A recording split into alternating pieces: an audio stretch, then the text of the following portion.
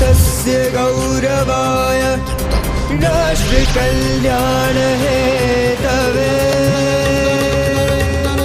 युवकानां विकासाय विवेकानन्दं नमाम्यहम्।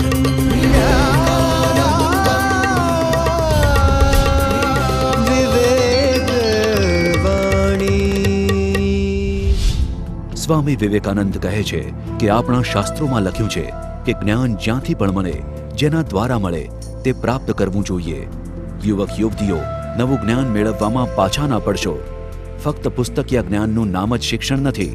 શિક્ષણ દ્વારા આપણે ગોખણિયા પોપટ તૈયાર કરવાના નથી। આપણે જોઈએ આદર્શ મનુષ્ય, પ્રામાણિક મનુષ્ય, સમાજ સેવા માટે તત્પર મનુષ્ય। શિક્ષણનો હેતુ આવા મનુષ્યો તૈયાર કરવાનો છે। જ્ઞાન વિજ્ઞાનના આધાર પર સમર્થ ભારતનું નિર્માણ કરવું જોઈએ। વિવેકથી વિકાસ। ગુજરાત હવે શિક્ષણ ક્ષેત્રે નવા આયામો સાથે ઉભરી રહ્યું છે। એક સમયે શિક્ષણ ક્ષેત્રે પાછળ ગુજરાત હવે અગ્રીમ હરોળમાં આવ્યું છે। દાયકા પહેલા જ્યાં માત્ર 62,000 શાળા ઓરડા હતા, ત્યાં આજે માત્ર છેલ્લા 10 વર્ષમાં 80,000 શાળા ઓરડા બની ચૂક્યા છે। વિદ્યાર્થીઓને હવે પહેલાની જેમ મેદાનમાં ખુલ્લામાં બેસીને ભણવું નથી પડતું। દાયકા પહેલા માત્ર 10,000 શૌચાલય હતા, ત્યાં છેલ્લા 10 વર્ષમાં 62,000 નવા શૌચાલય બન્યા છે। એટલે માત્ર શૌચાલય સુવિધાના અભાવે શાળાઓમાં ન જતી દીકરીઓ આજે શાળાઓમાં જવા લાગી છે।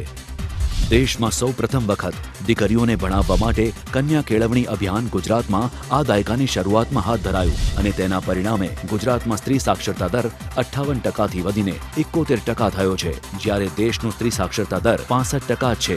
દીકરીઓને ભણાવવા અપાતા વિદ્યાલક્ષ્મી બોન્ડની રકમ ₹1,000 થી વધારીને હવે 2,000 કરાઈ છે।